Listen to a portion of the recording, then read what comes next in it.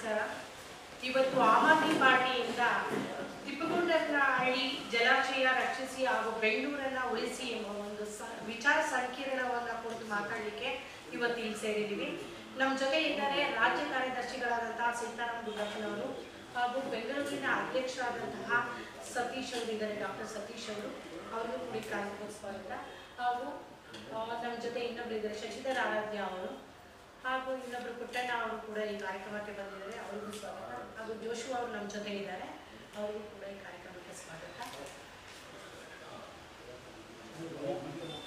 ಮೋಹನ್ ಮತ್ತೆ ಕಾರ್ತಿಕ್ ಅವರು ಕೂಡ ಈ ಒಂದು ಕಾರ್ಯಕ್ರಮಕ್ಕೆ ಜಾಯ್ನ್ ಆಗಿದ್ದಾರೆ, ಅವರಿಗೆ ಸ್ವಾಗತ. ಹಾಗೂ ಅನಿಲ್ ಅವರಿದೆ, ಮಾಧ್ಯಮ ಸಂಚಾಲಕ, ಅವರು ಕೂಡ ಈ ಕಾರ್ಯಕ್ರಮಕ್ಕೆ ಸ್ವಾಗತ. ನಮಸ್ಕಾರ. ಇವತ್ತು ಆಮ್ ಆದ್ಮಿ ಪಾರ್ಟಿ ವತಿಯಿಂದ ತಿಪ್ಪಗೊಂಡನಹಳ್ಳಿ ಜಲಾಶಯವನ್ನ ಉಳಿಸಿ ಬೆಂಗಳೂರನ್ನ ರಕ್ಷಿಸಿ ಅಂತಕ್ಕಂಥ ಒಂದು ಕಾರ್ಯಕ್ರಮವನ್ನ ನಾವು ಆಯೋಜನೆ ಮಾಡಿಕೊಂಡು ಈ ಒಂದು ತಿಪ್ಪಗೊಂಡನಹಳ್ಳಿ ಜಲಾಶಯವನ್ನ ಉಳಿಸುವ ನಿಟ್ಟಿನಲ್ಲಿ ಆಮ್ ಆದ್ಮಿ ಪಾರ್ಟಿ ಶ್ರಮ ವಹಿಸಬೇಕು. ಯಾಕಂದ್ರೆ ತುಂಬಾ ನಿರ್ಲಕ್ಷ್ಯಕ್ಕೆ ಒಳಗಾಗಿದೆ. ಬೆಂಗಳೂರಿನಲ್ಲಿ ಇವತ್ತು ಕೆರೆಗಳ ಪರಿಸ್ಥಿತಿ ಯಾವ ರೀತಿ ಇದೆ, ಅದನ್ನ ಸಮರ್ಪಕ ನಿರ್ವಹಣೆಗಳನ್ನ ಮಾಡ್ತಾ ಇಲ್ಲ. ಮತ್ತೆ ಬೆಂಗಳೂರಿನಾದ್ಯಂತ ಏನು ನದಿಗಳು ಹರಿತಾ ಇದ್ವು, ಈಗ ಆ ನದಿಗಳೆಲ್ಲ ನಮ್ಮ ಕಣ್ಮರೆಯಾಗಿ ಹೋಗ್ತಾ ಇದೆ. ಸೊ ಆ ಒಂದು ಹಿನ್ನೆಲೆಯಲ್ಲಿ ನಾವು ಈ ಒಂದು ನದಿ ಮೂಲಗಳನ್ನ ಉಳಿಸ್ಬೇಕು.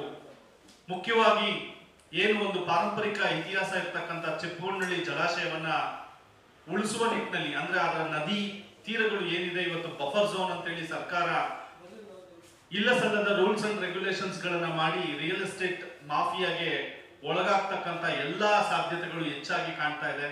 ಸೊ ಆ ನಿಟ್ಟಿನಲ್ಲಿ ಆಮ್ ಆದ್ಮಿ ಪಾರ್ಟಿ ಒಂದು ರಾಷ್ಟ್ರೀಯ ಪಕ್ಷ ಜಾಗೃತ ವಹಿಸಿ ಈ ಒಂದು ನದಿ ಮೂಲವನ್ನ ಜಲಾಶಯವನ್ನ ಉಳಿಸ್ಬೇಕು ಅನ್ನೋ ನಿಟ್ಟಿನಲ್ಲಿ ಕಂಕಣಬದ್ಧರಾಗಿ ಆ ಒಂದು ನಿಟ್ಟಿನಲ್ಲಿ ಕಾರ್ಯಕ್ರಮಗಳನ್ನ ನಾವು ರೂಪಿಸ್ತಾ ಇದ್ದೀವಿ.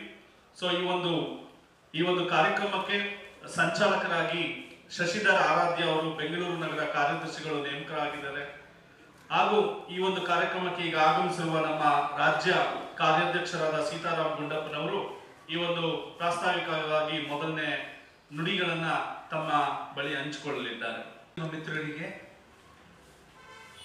ಹಲವಾರು ವರ್ಷಗಳಿಂದ ಅರ್ಕಾವತಿ ನೀರಿಂದ ತಿಪ್ಪಗೊಂಡನಹಳ್ಳಿ ಜಲಾಶಯಕ್ಕೆ ಅಣೆಕಟ್ಟಿಗೆ ನೀರು ಶೇಖರಣೆ ಆಗಿ ಬೆಂಗಳೂರಿನ ನೀರಿನ ಸಮಸ್ಯೆ ಉತ್ಪನ್ನ ಆಗುವಾಗ ಇದುವರೆಗೂ ಬೆಂಗಳೂರಿಗೆ ನೀರು ಸರಬರಾಜು ಈ ಅಣೆಕಟ್ಟಿಂದ ಆಗ್ತಾ ಇತ್ತು. ಅಲ್ಲಿ ಸತೀಶ್ ಅವರು ಹೇಳ್ದಂಗೆ ಬಫರ್ ಝೋನ್ ಅಂತ ಇತ್ತು, 2 ಕಿಲೋಮೀಟರ್ ಇತ್ತು, ಆಮೇಲೆ 1 ಕಿಲೋಮೀಟರ್ ಆಯಿತು, ಆಮೇಲೆ 500 ಮೀಟರ್ ಅಂದ್ರು. ಈಗ ಅದನ್ನು ಇನ್ನೂ ಕಡಿಮೆ ಮಾಡ್ತಾರೆ ಅಂತ.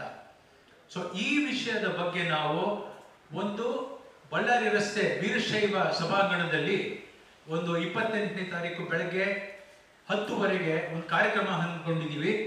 ಈ ಕಾರ್ಯಕ್ರಮದಲ್ಲಿ ನಾವು ವೈಜ್ಞಾನಿಕವಾಗಿ ಇದಕ್ಕೆ ಪರಿಹಾರ ಹುಡುಕಬೇಕು ಅಂತ ಆ ಸಭಾಂಗಣದಲ್ಲಿ ನಾವು ಚರ್ಚೆ ಮಾಡ್ತೀವಿ. ಎಲ್ಲರಿಗೂ ನಾವು ಆಹ್ವಾನ ಪತ್ರಿಕೆಯನ್ನು ಹಂಚಿದ್ದೀವಿ.